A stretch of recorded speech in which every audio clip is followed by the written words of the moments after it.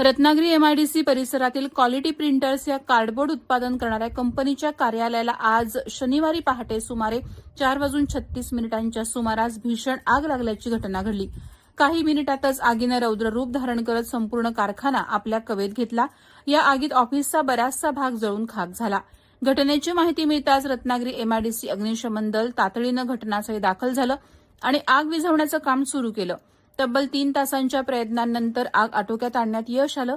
आगीच्या तीव्रतेमुळे परिसरात दाट धूर पसरला असून काही काळ भीतीचं वातावरण निर्माण झालं होतं।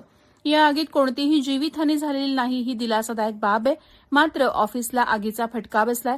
आगीचं नेमकं कारण अद्याप स्पष्ट झालं नसलं तरी शॉर्ट सर्किटमुळे आग लागल्याचा संशय व्यक्त करण्यात येतोय।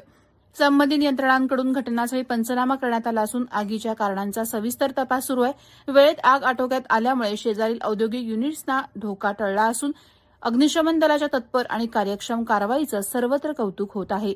एमआयडीसी अग्निशामक दलाकडून घटनास्थळी अग्निशामक अधिकारी व्ही.के. राणे, प्रमुख अग्निशमन विमोचक D S. Dalvi, S D. Mahadik, P E. Rathod, P V. Pawar, K V. Jadhav, S J. Gaikwad, P B. More, S B. Patil, V K. Gosavi यांचा समावेश होता।